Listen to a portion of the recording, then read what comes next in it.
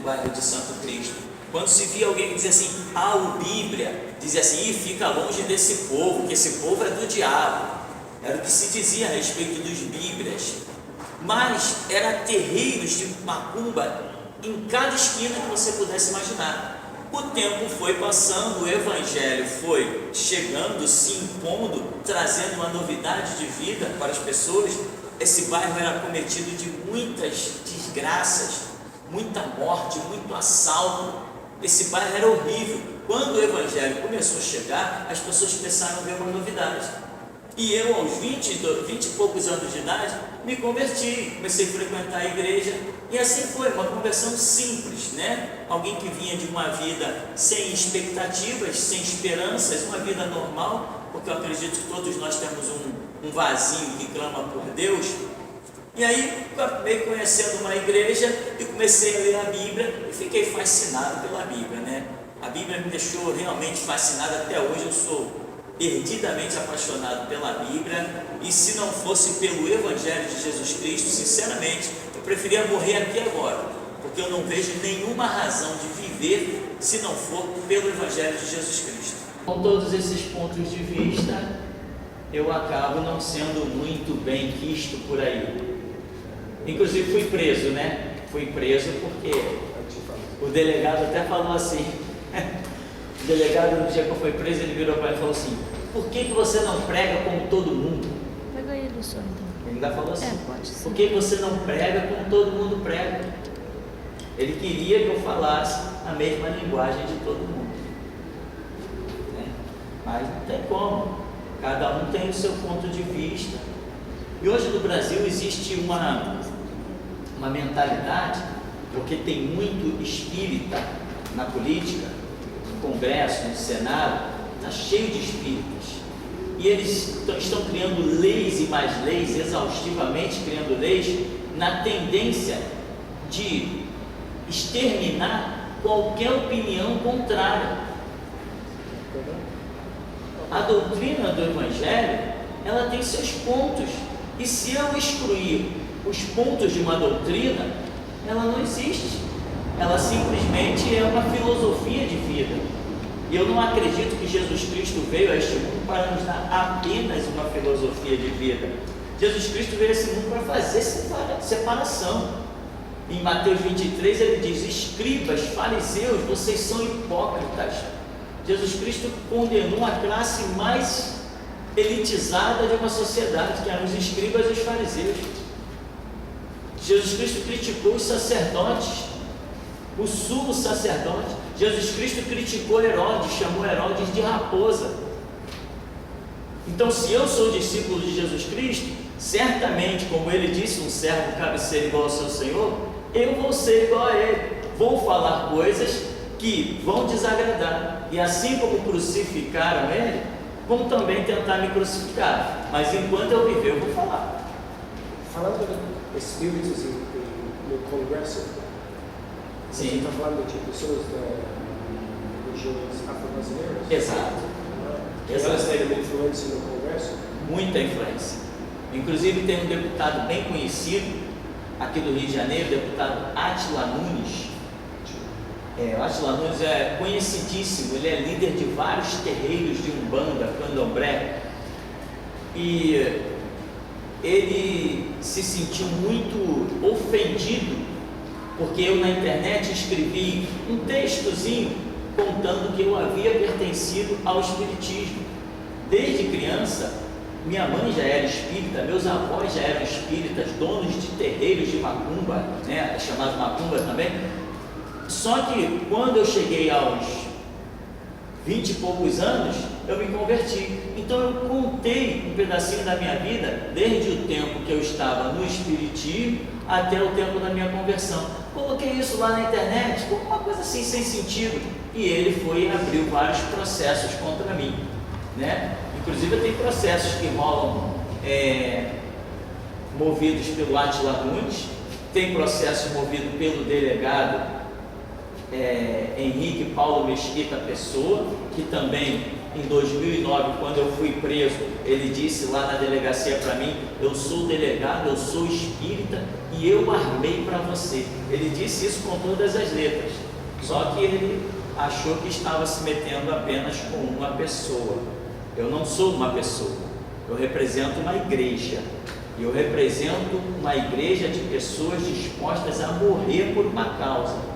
O povo que vem aqui a esse lugar, se você reparou a placa que está lá fora da igreja, está escrito assim: templo pós-prisão, ensinando a morrer por Cristo.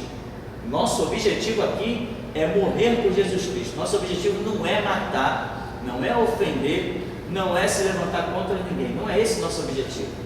Nós não pretendemos ter as nossas mãos manchadas de sangue. Agora, se preciso for, nós morreremos pela causa do Evangelho. Então lá fora está escrito: ensinando a morrer por Cristo. Quem se levantar contra mim, precisa... Desculpa, eu não estive gravando quando o pastor estava falando do seu ponto de vista sobre Jesus Cristo vai salvar alguns e vai julgar alguns. Sim. Para reverter isso um pouquinho. Sim, sim. Uma das maneiras que nós temos de pregar a palavra é que desagrada muita gente, no sentido de que as pessoas estão acostumadas com o evangelho que diz assim: pregue a paz, pregue o amor. Não, a própria Bíblia diz que Deus é amor, mas é justiça também. A Bíblia diz que a misericórdia triunfa do juízo, mas que haverá um juízo no qual não haverá misericórdia. Então, esse entendimento que nós temos da Bíblia leva a uma pregação mais ousada, muito mais ousada. Não é apenas: meu irmão, vem para a igreja que Deus vai te abençoar. Não, isso para nós não é verdade. Vem para a igreja que Deus vai te mostrar a verdade. E se você não se corrigir, não viver uma vida de santidade, de dignidade, de respeito em sociedade, uma vida honrada, Deus vai acabar contigo. Deus vai te destruir. Deus vai te matar. Deus vai te aniquilar. Então, nós não temos só essa pregação de que Deus é amor, porque a pregação de que Deus é só amor, para nós, ela é falsa, ela é mentirosa. É uma pregação usada que tem por aí: Deus é amor, Deus vai te prosperar. Isso é uma mentira, é uma maneira de tentar levar as pessoas para dentro da igreja para que elas fiquem somente dando dinheiro.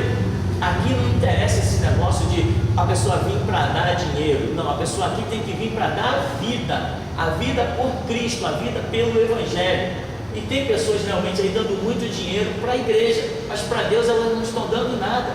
Estão querendo comprar a Deus. Eu vou dar a Deus para Deus me dar também. Sabe? Eu vou entregar um dízimo para Deus me abençoar, para Deus me prosperar. Não, nós não temos isso. Então, o Evangelho verdadeiro que nós cremos, o que a Bíblia ensina, é que Deus é amor, mas é justiça também. Então, Deus não só salva, não, aquele que criou o paraíso também criou o inferno. E se ele criou o paraíso, ele tem um objetivo, mas se criou também o inferno, ele tem um objetivo também no inferno. Então, essa é uma pregação que ofende muita gente. E outra coisa que, se me permite, uma coisa que é inaceitável para mim e para o Evangelho, é a aliança que as igrejas fizeram com a política. Isto é inaceitável. Igreja que faz aliança, igreja evangélica que faz aliança com política, eu chamo de palco de Satanás. Não admito em hipótese alguma igreja evangélica se envolver com política. Isso para mim é inadmissível, é inaceitável. E eu prego sobre isso, e eu desagrado muita gente, porque hoje no Rio de Janeiro, e talvez até no mundo, você percorra todas as igrejas e só vai encontrar a minha, sem nenhuma aliança com político. Eu não preciso de político, eu não preciso do Estado, a minha igreja é autônoma, nós fazemos o que bem queremos, o que bem entendemos, segundo a Bíblia, segundo a revelação de Jesus Cristo, a voz de Deus que nós temos aprendido a usar, a ouvir, né? E uma das pragas que a minha igreja tem é essa que está bem aqui, ó: Bíblia sim, Constituição não. Eu não sei nem o que diz numa Constituição, mas eu sei muito bem o que diz a Bíblia. Essa matéria que a gente está fazendo hoje sobre essas religiões afro-brasileiras, eu acho muito importante ter um ponto de vista do senhor. O que você acha dessas religiões. É super interessante porque você foi criado nessa Bíblia e depois o que você acha hoje em dia do candomblé e do Umbanda? Bom, o que eu acho, veja bem, para quem foi criado lá dentro, o que eu vi dentro do candomblé? Eu vi meninas, moças, deitarem para o santo, são os rituais que tem, chamado deitar para o santo, deitavam virgens e levantavam grávidas. Isso para mim não é religião, tá? Eu vi pessoas entrarem no candomblé, na umbanda, na quimbanda, na vica. Eu vejo pessoas até hoje, entravam lá para pedir a morte do seu vizinho. Isso para mim não é religião. Isso para mim é satanismo. Eu chamo isso de satanismo. Então, pessoas chegavam lá e diziam, por um espírito chamado Tranca-Rua, Pombagira, Maria Mulano, Preto Velho e São Pedro e tantos outros nomes que tinham lá de espíritos que eu chamo de demônios, que a Bíblia diz que eles são anjos caídos desde a rebelião de Lúcifer. E as pessoas chegavam diante desses espíritos e diziam: o que o Senhor quer para matar o meu vizinho? O que o Senhor quer para matar o meu chefe e eu assumir o lugar dele? Isso para mim não é religião. Então, as religiões no Brasil, elas são satânicas. Essa é uma posição que já me levou a ser preso por 18 dias e eu não estou preocupado se eu vou ser preso mais 180 dias. Para mim não tem a mínima diferença, eu não estou nem aí para isso. A questão é que ninguém cala a minha voz. E no Congresso Nacional estão tentando fazer isso, criar leis para que os evangélicos que pregam, como eu, que são raríssimos, sejam calados. Mas eu não respeito lei feita por Congresso Nacional, eu só respeito lei feita pela Bíblia. A Bíblia é que me libertou da podridão de vida que eu tinha. Não foi Constituição, nem lei escrita por nenhum palhaço no Congresso Nacional. Eu não sigo leis feitas em Brasília, eu sigo lei que é ditada na Bíblia. Então, o que eu penso das religiões afro? São satânicas. Não agrido nenhum espírita. O meu vizinho aqui é pai de santo.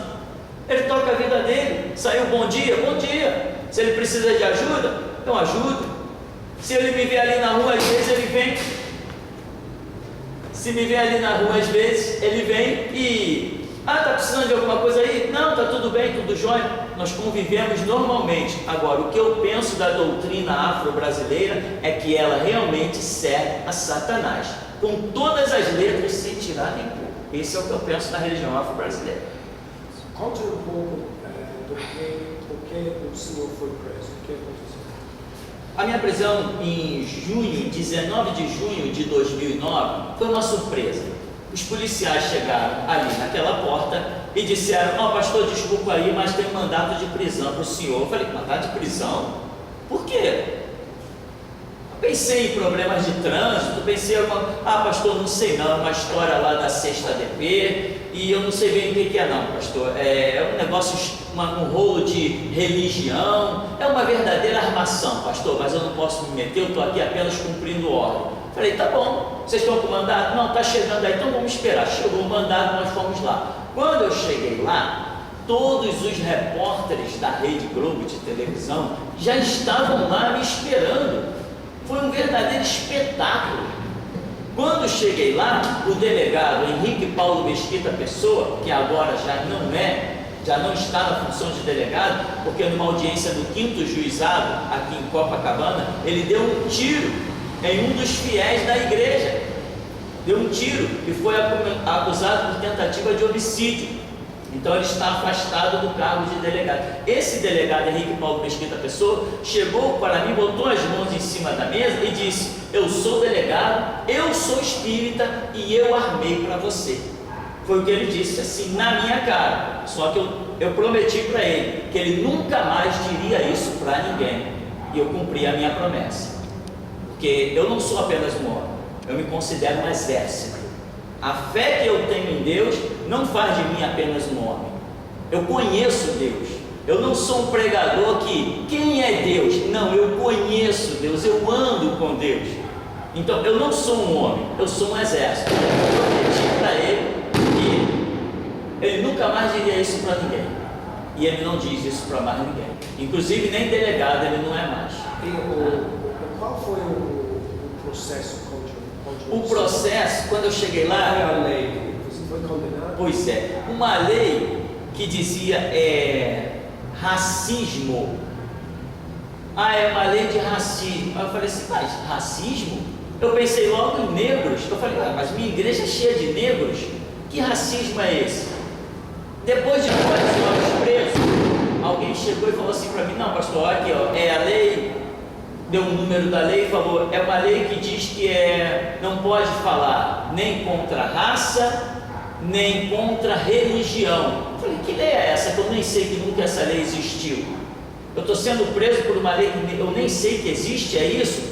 Pastor, desculpa aí, mas é isso.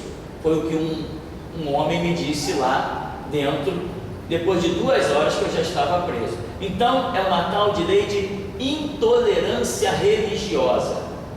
Intolerância religiosa. E a respeito disso eu quero deixar bem claro, se falar da minha fé é ser intolerante religioso, se criticar o que é errado, seja no Congresso Nacional, seja em religiões católicas, afros ou qualquer outro tipo de religião, falar das opressões que as pessoas sofrem lá, se isso é intolerância religiosa, podem me classificar como o homem mais intolerante que o mundo já conheceu, porque nada vai me parar. Elas falaram que você fez uma coisa, qual foi a... Disseram que um vídeo meu na internet falava das religiões afro-brasileiras, mas na verdade eu não tenho vídeo, eu tenho centenas de vídeos na internet que falam sobre isso, e cada dia que passa eu ponho mais. Inclusive o delegado criou um processo lá para tirar os meus vídeos da internet, e ele tirou 10, eu coloquei 100, quando ele consegue tirar 10, eu coloco 1000. O que aconteceu em 2000? Acho que foi 2009, teve um acontecimento no Centro Espírita de Catete, que algumas coisas foram quebradas. Se eu não me engano, foram alguns jovens dessa igreja. Exatamente. O que aconteceu? Foi verdade. O que aconteceu? Aquilo não tinha nada a ver com a igreja. 4 homens, na verdade, 3 homens e uma mulher, eles saíram daqui para ir para a praia, para a Zona Sul, para a praia do Flamengo, distribuir os folhetos. No meio do caminho, eles iam passando pelo bairro do Catete e viram uma fila. Viram essa fila? Aí começaram a distribuir folhetos nessa fila. Folhetos de quê? Folhetos na igreja, folhetos que falam do Evangelho, folhetos simples, cópias da palavra de Deus. Aí, nisso, quando as pessoas da fila começaram a ler o folheto, viram que era o folheto evangélico, começou a provocar esses jovens. Vocês são crentes, né? Eu vou botar o nome de vocês debaixo do pé do tranca-rua. Quando vocês forem atravessar a rua, vocês vão morrer. Eu vou entregar o nome de vocês para Iemanjá. E começou aquela briga besta, sem sentido, quando os jovens olharam aquelas provocações e observaram que aquela fila estava na frente de um centro espírita, com uma plaquinha pequenininha lá em cima que eles não tinham reparado. E aí começou aquele bate-boca besta. Nisso, um dos jovens apertou a campainha do centro. Alguém abriu, ele foi, entrou e quebrou as imagens. Quebrou as imagens todas. Isso não tem nada a ver com a igreja, não faz parte da direção da igreja. Foi um caso isolado, eles cumpriram pena, pagaram a pena que tinham que pagar. Mas o deputado Átila Nunes e o delegado espírita Henrique Paulo Mesquita não ficaram satisfeitos por eles terem apenas pagado uma pena alternativa de cesta básica e começaram a dizer em rádio e TV, em entrevista, que eu era responsável por aqueles jovens de quase 30 anos de idade, porque eu era o pai espiritual deles, então eu tinha que arcar com toda a situação, que eu era responsável por tudo. Tem pessoas que entram aqui na igreja que sequer um dia tiveram a oportunidade de me dar bom dia. Elas entram e saem e nem bom dia me deu. Eu não sou responsável por essas pessoas. Eu não tenho nenhuma responsabilidade por elas. E foi o que aconteceu com esses jovens. Então o delegado e o deputado não ficaram satisfeitos e começaram uma perseguição contra mim, até conseguirem mover um processo em que uma juíza, eu a chamo inclusive de juíza louca, juíza Maria Elisa Peixoto Lubanco, decretou a minha prisão. Mas essa mesma juíza, incompetente, quando viu que a coisa não ia ficar tão simples, ela foi e decaiu na posição dela. Disse que não tinha competência para julgar um caso religioso. Ora, mas ela mandou prender um pastor, um religioso. Só que na hora que ela se viu que a coisa realmente não ia ficar tão simples, como nada vai ficar tão simples. Eu não vim para negar a minha fé, eu vim para morrer por ela. E ela foi e voltou atrás, covardemente, disse que não tinha competência para julgar um caso religioso. Aí se afastou do caso. E o caso está rodando agora, vai agora para Brasília, né? Para o Supremo Tribunal. Isso desde 2009, nós já estamos em 2015 e até agora a questão não foi definida. E se eu puder empurrar isso, eu vou empurrar isso até para a ONU, o Tribunal de Haia. Eu vou lutar com isso até o fim. Não lutar no sentido de querer vencer, mas no lutar no sentido de tornar público. Porque aí fora as pessoas têm ideia de que o país, o Brasil, é democrático. Não, o Brasil não é democrático. O Brasil só é democrático quando ninguém fala certas verdades. Aí todas as nações são democráticas quando nós não falamos certas verdades. Mas quando nós falamos certas verdades, logo nós vemos que não vivemos democracia, nós vivemos a ditadura. Então, essa é a realidade, foi a realidade do centro, foi a realidade dos processos que eles tentaram me envolver, eu não tinha nada a ver com isso. Quando eu recebi a ligação que os jovens estavam presos, eram 2 horas da madrugada, eu acordei com o telefone tocando, e o repórter dizendo assim: o que você tem a falar sobre a prisão dos jovens? Eu falei: que jovens? Que prisão? Não, os jovens da sua igreja. Eu falei: meu amigo, você está ligando para minha casa? Telefone fixo, 2 horas da manhã, eu acordei agora, não sei do que você está falando. Entendeu? E assim foi a história. Eles não se deram por vencidos que os jovens tivessem pagado apenas cestas básicas por ter quebrado imagem. Ninguém foi ofendido e o juiz reconheceu que não precisava de nenhuma medida mais ofensiva, né? Ninguém foi agredido, né? O que o senhor acha O senhor acha que o centro de Candomblé, se existe aqui no Rio, o senhor acha que está ok que existe? Você acha que eles têm direito de existir, esses centros? Tem total direito. Você apoia? Apoio, mesmo que não concorde. Apoio com todas as minhas forças. Se alguém se levantar contra os espíritas para os oprimir, eu serei o primeiro defensor deles. O mundo é para todos, o sol nasce para todos, para justos e injustos. A Bíblia diz que a chuva desce sobre bons e sobre maus. Então, a hora que Deus quiser exterminar alguém, Ele vai exterminar.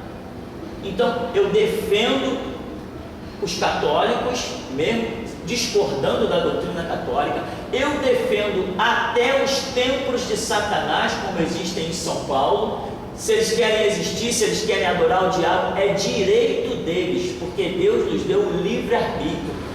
Então, as religiões afro-brasileiras, eu simplesmente abomino elas, mas com todas as minhas forças eu defendo o direito deles serem espíritas e invocar o espírito de morto que eles quiserem e criar a doutrina deles que eles quiserem. Teve um homem que faleceu chamado Chico Xavier. Chico Xavier, para mim, ele deixou centenas de livros escritos. Chico Xavier, para mim, foi um homem que, na sua ignorância, serviu ao diabo todos os dias da sua vida. Mas eu defendo o direito dele, em todos os tempos, de servir a quem ele quiser. Então, eu não concordo, doutrinariamente, não concordo. Mas me levantar contra eles para exterminar ou para abatê-los, não, isso eu não admito. Eu não aceito isso. Livre-arbítrio. Se eles querem seguir aquilo, eles sigam. Como um dia eu segui, hoje não sigo mais. Hoje sou evangélico? Perfeito. Se alguém me provar que o evangelho está errado, eu vou mudar de opinião, porque eu quero a verdade. Então eu defendo o direito dos afro-brasileiros de estarem em território nacional, desde que eles não se levantem como os muçulmanos, que estão assassinando pessoas incontavelmente no mundo todo. Basta dizer que não é discípulo do islamismo, vira um alvo dos muçulmanos. Não, isso aí a gente não pode aceitar. Isso é nocivo à sociedade. Agora, se os espíritas querem invocar ao diabo, como eu imagino, ao diabo, eles têm direito de invocar o diabo. E essa liberdade tem que ser dada a eles e não pode ser tirada, desde que eles não peguem armas para matar o seu semelhante. É o que eu penso. Então, o senhor condenaria os ataques de vários desses centros falam que foram expulsos de comunidades? Condeno totalmente. Isso foi verdade. Eu moro aqui no Rio de Janeiro. Se tem notícia que eu não conheço, é notícia do meio evangélico. Eu sou pastor desde os 28 anos de idade. Tudo chega a mim. Conheço gente de tudo que é lugar, de tudo que é igreja que se possa imaginar. Então veja, realmente aconteceu isto. Isso aconteceu. Um pastor que esteve até preso há pouco tempo, saiu agora recentemente, esteve preso acusado de estupro, pedofilia e uma série de coisas. Ele realmente induziu pessoas a expulsarem das comunidades pessoas de outras religiões. Inadmissível, inaceitável isso. Isso não é comportamento de cristão, não é isso que a Bíblia ensina, não é isso que Jesus Cristo ensina. Se uma pessoa mora aqui na comunidade, por mais influência que eu tenha nesta comunidade, eu não posso tirar o direito de uma pessoa que professe outra religião de ser o meu vizinho. Eu não tenho esse direito. Dado por Deus, esse direito não existe. Então isso para mim não é cristianismo, isso é marginalidade. Então, de modo algum, eu vou concordar com uma coisa dessa. Isso é horrendo. Porque no Brasil, aqui no Brasil se viu muito crescimento das igrejas evangélicas. Impressionante. Sim. Por que cresceu? Na verdade, o Evangelho, houve um tempo que ele cresceu. Hoje, quem diz assim, hoje temos no Brasil 40 milhões de evangélicos. Quem está dizendo isso não sabe o que é evangelho. É o censo. O censo não conhece Bíblia. O censo não conhece o Novo Testamento. O censo não conhece uma página da Bíblia. Então, quando o censo diz que somos 40 milhões de evangélicos, eu digo assim, o censo está equivocado. Porque o que menos tem no Brasil hoje são evangélicos. As igrejas estão completamente profanadas e corrompidas, não estão vivendo o Evangelho. As pessoas estão adentrando dentro da igreja para conquistar coisas fundamentadas em ilusões que pastores estão passando para elas. Elas não estão dispostas a morrer por Jesus Cristo, como a Bíblia nos ensina. Se Ele morreu por nós, nós temos que morrer por Ele, viver a doutrina dEle, renunciar. Isso não está acontecendo de forma alguma. Então esse crescimento evangélico é falso. Não é evangélico que está crescendo movimentos rotulados de igreja. Por exemplo, o que lidera a contagem do censo sobre o crescimento dos evangélicos é a Igreja Universal do Reino de Deus. Como? A Igreja Universal do Reino de Deus não é evangélica. Eles não se fundamentam em nenhuma página da Bíblia. As pessoas chegam lá, eles dão uma rosa para a pessoa levar para casa, dão uma pedra que mentem dizendo que veio do Rio Jordão, dão 1 litro de água dizendo que veio das margens de Israel. Isso não é evangelho, isso não é igreja evangélica. Então, isso que a mídia divulga é completamente falso. Não existe crescimento do evangelho no Rio de Janeiro, no Brasil, nem no mundo, não existe. Hoje nós conhecemos pessoas que estão fumando maconha, cheirando cocaína, vivendo na prostituição, cheios de amantes, e que nada mais passam do que membros de certas igrejas. Isso é evangélico? Isso não é evangélico. Então o censo é que diz, o Brasil, o evangelho cresceu muito no Brasil. O censo não sabe o que é evangelho e não tem como classificar uma pessoa evangélica. Para classificar uma pessoa de evangélica, o censo deveria conhecer a Bíblia. E se o censo conhecesse a Bíblia, ele jamais chamaria uma igreja universal de igreja evangélica.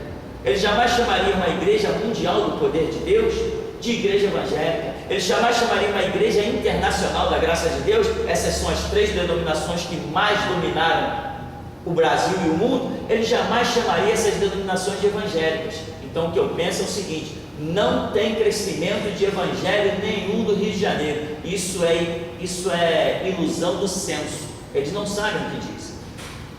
E esse caso de você, o delegado, você falou, o delegado do Rio, qual é a situação hoje em dia? Eu vi esse caso que ele atirou quando foi lá fora do fórum, né? Dentro do fórum. Foi. Dentro do 5º juizado, teve uma causa. O que acontece? O delegado moveu uma ação contra mim. Eu peguei aquele documento e divulguei na internet, porque tudo que eles fazem eu torno público, tudo, e isso revolta eles. Tudo que eles fazem, burocraticamente, juridicamente, eu transformo aquilo em público, eu coloco para o mundo inteiro ver, lanço para a África, para tudo que é canto. Só que quando eu divulguei esse papel do processo, o que aconteceu? O endereço do delegado estava nesse papel, e o endereço dele também saiu. Como ele é delegado, quer ter o endereço dele mais preservado, ele não gostou. Um irmão da igreja que tem Facebook compartilhou aquele documento. No que compartilhou, ele, porque conhecia esse irmão da igreja, porque esse irmão tem um negócio aberto num bairro bem conhecido aqui da zona, acho que é zona oeste, ele, porque conhecia esse irmão, se levantou contra esse irmão e moveu um processo, e a audiência foi parar no 5º juizado. Lá, quando nós soubemos desse processo, nós fomos lá, eram uns 10 irmãos, fomos lá apenas para dar um apoio. Fomos lá para depois da audiência e comer um pastel perto da praia, só para isso. Só que o delegado foi e ele queria encerrar a questão. Como o advogado do rapaz não encerrou a questão, o delegado ficou revoltado. Ele saiu da sala de audiência, largou todo mundo para trás. Não tem mais nada a fazer aqui então. Largou todo mundo para trás e saiu da audiência dizendo assim: eu sou Lúcifer. Quando ele saiu, ele começou a empurrar um irmão, empurrar outro. Isso tudo estão nas fitas do circuito interno do 5º juizado. Se eu estiver mentindo, é muito simples, é só mostrar as fitas que vai dizer que eu sou um mentiroso. Agora, nós estamos lutando, inclusive, para que essas fitas sejam liberadas, porque o Carlos Éboli, que é o instituto que retém essas fitas da parte criminal, eles estão se recusando a tornar pública, enquanto que qualquer pé de chinelo que assalta tem logo o seu rosto exposto na mídia. O delegado foi, empurrou um irmão, empurrou outro, chegou. Eu ignorei completamente. Quando eu virei as costas, sem sentido, eu recebi uma cabeçada dele, onde meu nariz ficou sangrando. Quando meu nariz ficou sangrando, o pessoal da igreja começou a gritar assim: delegado covarde, delegado covarde, delegado covarde, assassino, covarde, e ficou aquele coro. Nisso se levantou os 3 seguranças do delegado, que estavam lá armados dentro do 5º juizado, se levantou mais 2 PMs e formaram um cordão. O delegado foi por baixo do braço do PM e deu um tiro no meio da multidão e acertou um rapaz com a pistola .40. Então ele foi preso, em flagrante tentativa de homicídio, e a doutora Santoro, da 12ª DP, disse que ele teve a intenção de matar, ele atirou em direção à vítima. Isso está na internet, o depoimento dela. Depois desse episódio, o delegado não ficou preso. Apareceram vários delegados para dar apoio a ele, vários juízes para dar apoio a ele, e ele está livre até hoje, respondendo em total liberdade. Não pagou sequer nenhuma fiança para ficar em liberdade, apenas com contatos de vários amigos, ele está em liberdade. Então, esse foi o episódio lá do 5º juizado. Agora, com relação a mim, desde 2009, o processo continua rolando até hoje. O senhor estava falando que esse processo começou, o senhor estava divulgando alguns vídeos falando das religiões afro-brasileiras. Isso. Combinando, falando o quê? Falando porque a Bíblia tem vários várias passagens bíblicas que diz, por exemplo, não invocarás o espírito dos mortos. É uma passagem bíblica, e isso é uma regra das religiões afros, essa invocação de espírito dos mortos. Mas a parte do que eles fazem, eu estava falando de textos bíblicos. Não invocarás o espírito dos mortos, não adorarás imagens de escultura, né? Não oferecerás culto aos mortos, e uma série de passagens bíblicas que falam dessas doutrinas que vão de choque ao espiritismo e até ao catolicismo. Eu estava com um vídeo falando sobre isso, na verdade não um vídeo, já tinham muitos vídeos que já tinham lá 10 anos, 15 anos, vídeos muito antigos, mas como agora tem um movimento político visando calar toda a opinião contrária às religiões afro-brasileiras, o deputado e o delegado se levantaram contra mim por causa desses vídeos. E o que eu acho engraçado é o seguinte: eles abriram um processo porque o vídeo estava lá. O vídeo continua lá do mesmo jeito. O vídeo continua do mesmo jeito. E digo mais, se eles tirarem o vídeo de lá, eu vou botar novamente. Não vai sair de lá. Quando eu ponho um trabalho na internet, é para ficar. Eu tenho correspondentes na África, na Espanha, eu passo para eles. Eles colocam no provedor de lá. O Brasil não consegue nem mexer, não consegue nem chegar perto. Eu estou dizendo, não adianta tentar tirar os meus vídeos, eles vão continuar lá. Se a Bíblia, o que está escrito na Bíblia, essa cultura que essas religiões fazem, por que o Senhor acha que elas têm direito de existir? Se você, o Senhor falou que a Bíblia sim é constituição, né? Sim. A Bíblia está contra essas religiões afro-brasileiras. Está falando, não, está escrito na Bíblia que elas fazem coisas que você não deveria fazer. Mesmo assim, você defende o direito deles para existir? Defendo o direito deles a existir, ainda que a Bíblia os condene, porque Deus nos deu o livre-arbítrio. Então Deus nos permite, já que Ele nos deu o livre-arbítrio, até andar em erro. Um dia, a Bíblia diz, Deus trará toda a obra a juízo. Todos comparecerão perante o trono branco, e todo joelho se dobrará e toda língua confessará que Jesus Cristo é o Senhor. Então, se Deus os quisesse matar, Ele tem poder, Ele vai e mata. Se Ele está dando a eles o livre-arbítrio, e tem que dar, porque eu estava na mesma prática, hoje estou em outra. Quem sabe não vai chegar o dia deles de reconhecer que estão numa doutrina errada e vão se voltar para a verdadeira, como aconteceu comigo, e não só comigo, porque aqui na congregação nós temos professores de magia negra. Pessoas que eram professores de magia negra se converteram aqui nesse ministério. Então veja, a Bíblia os condena, mas a Bíblia não diz que eu tenho que exterminá-los. A Bíblia os condena, mas a Bíblia não diz que eu tenho que matá-los.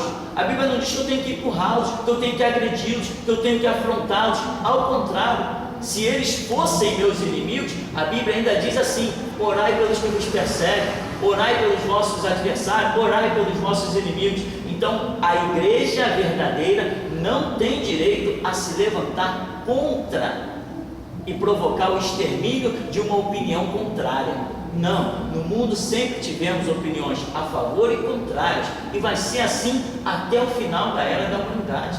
Isso não vai mudar nunca. Então eu defendo, eles têm direito de existir, ainda que a Bíblia condene as suas práticas. Quase uma guerra espiritual. Sim, parece. Mas realmente aqui... Uma guerra espiritual para a alma dos brasileiros. Sim, principalmente aqui no Rio de Janeiro. Mas essa guerra, ela não estava existindo.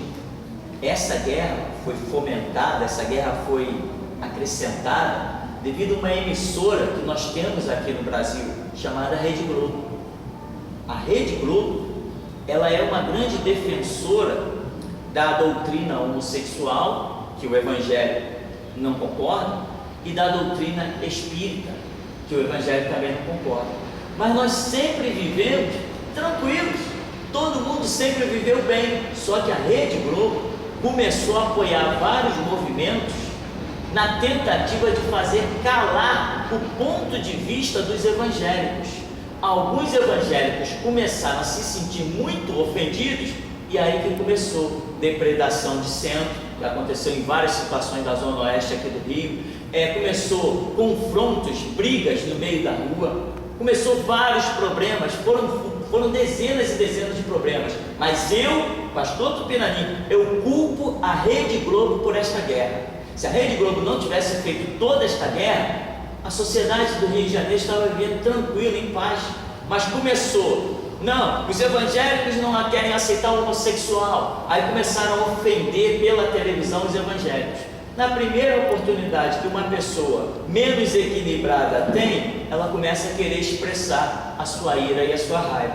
Não é comigo eles podem dizer o que eles bem quiserem, eu não me sentirei ofendido se alguém disser qualquer coisa que queiram dizer a meu respeito, é livre, fale à vontade, porque se tem uma coisa que eu não temo, é a mentira e o mal. A minha única preocupação é se a verdade da minha vida for uma mentira, aí eu tenho com o que me preocupar. Mas se a verdade da minha vida é verdade absoluta, eu costumo pensar da seguinte maneira: ninguém com uma mentira consegue destruir uma verdade. Ninguém consegue destruir uma verdade com uma mentira, isso é impossível. A verdade, ela autoexiste por si mesma. Então, a Rede Globo começou em tudo que foi programa, inclusive a Rede Globo fez uma minissérie, pegou lá na representação uma atriz fazendo o papel de prostituta, sentou essa prostituta em cima da Bíblia para provocar os evangélicos.